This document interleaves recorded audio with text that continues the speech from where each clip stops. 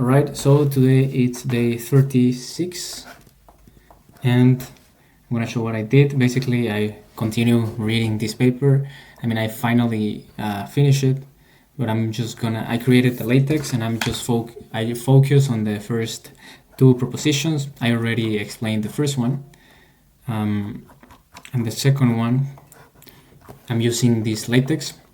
I'm gonna give like a summary of the paper on itself. So basically it's about solving this specific problem, which is called process move programming. We know that a good example, in my opinion, is that we can have some servers, right?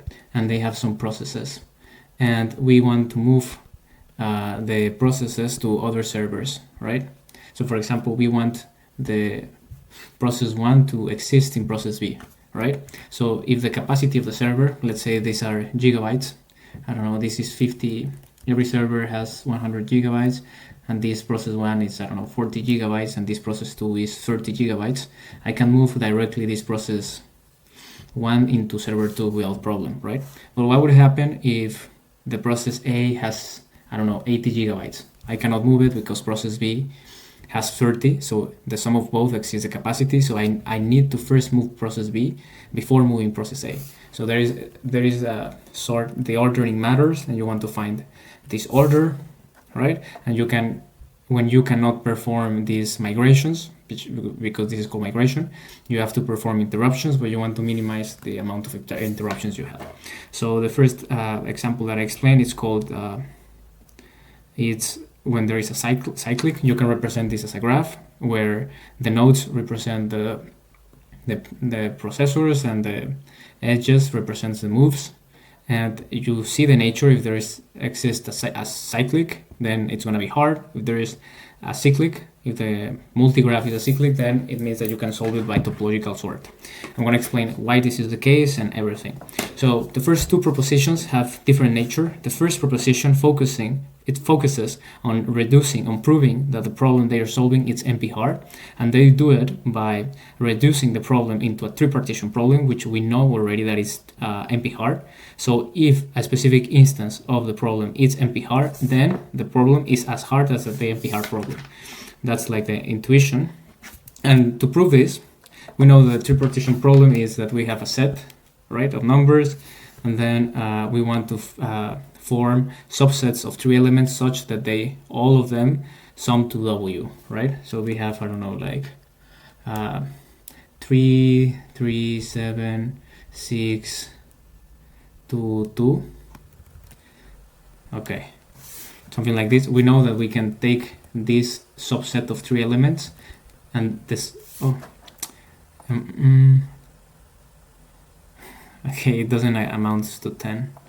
I'm gonna put this so it works out, or I can put another number, 12, so I can put 13 and 3 and 1.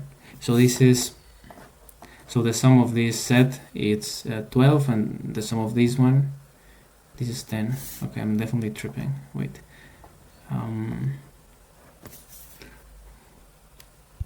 Okay, so in this example, both of the subsets amounts to 10, and it's tripartition because every subset, the cardinality is three elements, so this is the tripartition problem, right?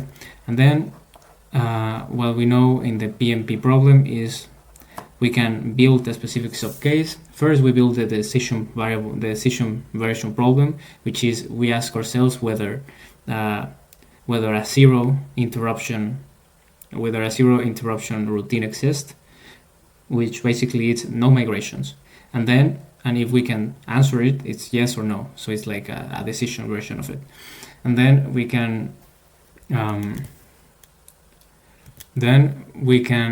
build a specific subcase that it looks like this, which is a specific subcase because instead of doing it for every machine, we say we're going to prove that it's as hard as the tripartition just by using 2 machines. So if we use more machines, we can know that obviously it's going to be harder. And in these new machines, we're going to have, I don't know, like this machine is called the machine A, this is going to be the machine B. And the machine A, I have process 1, and the machine B, I'm going to have process, what process can I have? I can have, this has capacity W, the whole A has W free space, And so this is the process 1, how much it takes, and then process B has, I don't know, I'm gonna put 6, 2, and 2, and let's say that W is equal to 10. All right, so what we're doing here to reduce it to tripartition is taking an instance in which we have one constraint, one very important constraint, which is like the elements in B. Every element in B, it's gonna be within without this area, has like this condition, and this condition basically implies that we can only form subsets of 3 elements. All right, so this is like the first resemblance to the tripartition problem. Then the second resemblance is that in order to move, like we want to move, like the target is to move this process into B. In order to move this process into B, we need to make this amount of space available in, let's say, A also have W space. So we need to make W space available in B. The only way to make it available is to move these 3 elements with, they need to be W because they need to fit here, and also they cannot be more than W because they wouldn't fit in A, and they cannot be less than W because otherwise the process in A wouldn't fit on B. So it's basically a tripartition problem essentially, and we do this for every element, for every subset in B, and this is essentially intuition why this is a reduction to a tripartition problem. And then the other type of the other proof, it's presented in the paper. There are many proofs. I'm just going to talk about the first 2. The other one proof is which types of subcases of the original problem can be solved in actual polynomial time. And a case that that can be solved in polynomial time, as I said in the beginning, is when the graph, the multigraph, does not it's acyclic, so it doesn't contain any loop. So I have, for example, I can put the same example, kind of similar example. I can put 3 servers, server A, server B, and server C. And in server A, I have, I don't know, a process. I have, let's say, 10 gigabytes in all 3 servers, and the first process is running 4 gigabytes. The process C is empty, and the process B is running, let's say, 3 processes of each one of 3 gigabytes. And we want to move the process of A into B and the process of B into C. Right, so we can express this as a multigraph where it's gonna be something like this, right? And we want to move the process from A to B. So if I label this, I mean, it's not necessary, like I don't need to label them, but this is gonna be, okay, A1, and this is gonna be B1, B2, and B3, the processes. So I can have like 2 arrows, and this, and only 1 arrow, A1, and then B is gonna have 3 arrows, B1, B2, and B3. So as we can see in this graph, there are no cyclics, and also I mean the full, as we can get the idea that if we try to move a process from A to B, we cannot do it because B it's full. So we need to move first the processes that are in B into C, and then we can it's going to have enough free space to move the processes from A to B.